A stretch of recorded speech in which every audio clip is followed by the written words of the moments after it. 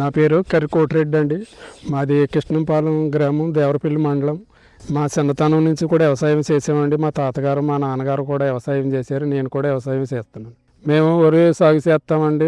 ఎరువులు, పురుగు మందులతోటి 15 ఎకరాలు పండిస్తామండి. ప్రకృతి వ్యవసాయం వాళ్ళు వచ్చి మమ్మల్ని నవధాన్యాలు జిమ్మని చెప్పారండి. 15 ఎకరాలు కూడా నవధాన్యాలు జిమ్మని చాలా బాగుందండి సేలు. కానీ మొత్తం ఇప్పుడు దమ్ము చేసి ఉడితాకి రెడీ చేస్తున్నాం. సేలు మాత్రం నెంబర్ 1గా ఉన్నాయి. పూర్వంలో జీలుగు పిల్లిమెసలో జిమ్మాం కానీ ఎప్పుడు ఈ జమ్మలేదు. ఈ సంవత్సరం ఫస్ట్. అంటే ఇన్ని రకాలు వేయటం వల్ల ఓటు కాకపోతే ఓటు అయినా సేలుకి పనిచేస్తుందని మా ఉద్దేశంతో జిమ్మేమండి. మొత్తం అన్నీ మొలకంతా బాగానే వచ్చిందండి. ఎకరానికి 10 కేజీల చొప్పున 15 రకాలు జిమ్మాము. మొలక కూడా బాగా వచ్చింది, బాగా మొలిచినాయి, బాగున్నాయండి సేలు మొత్తం.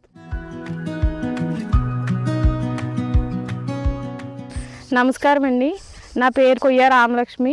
నేను తూర్పుగోదావరి జిల్లా దేవరపల్లి మండలం పల్లంట్ల యూనిట్లో ఎఫ్ఎంటీగా వర్క్ చేస్తున్నానండి.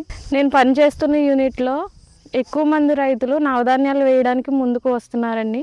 గత కొన్ని సంవత్సరాలుగా ఇక్కడ ఉన్న రైతులు నవధాన్యాలు వేయడం జరుగుతుందండి. ఆ నవధాన్యాలు వేసిన రైతులు మేము నవధాన్యాలు వేయడం వలన మాకు పంట సమయంలో ఎరువులు తక్కువ పడుతున్నాయని, అలాగే భూమి సారం పెరిగి తడి విషయంలో, తళ్ళు పెట్టుకునే విషయంలో ఒక్కరోజు కొంచెం అటు ఇటు అయినా భూమి సారంగా ఉండడం జరుగుతుందని రైతులు చెప్పడం జరిగిందండి. కోటిరెడ్డి గారు ఇప్పుడు ఇక్కడ 15 ఎకరాల నవధాన్యాలు వేయడం జరిగిందండి. ఈ 15 ఎకరాల నవధాన్యాలతో పాటు అలాగే కొత్త రైతులను కూడా మేము 60 ఎకరాలు నవధాన్యాలు వేయించడం జరిగిందండి. వేసిన పిఎండిఎస్ విత్తనాలన్నీ మొలక శాతం బాగా రావడం జరిగిందండి. ఆ మొలక శాతం బాగా వచ్చిన దానికి రైతులు చాలా సంతోషంగా ఫీల్ అయ్యారు. రాబోయే రోజుల్లో అందరు రైతుల చేత నవధాన్యాలు వేయించి ప్రకృతి వ్యవసాయం చేసేందుకు నా వంతు కృషి చేస్తాను.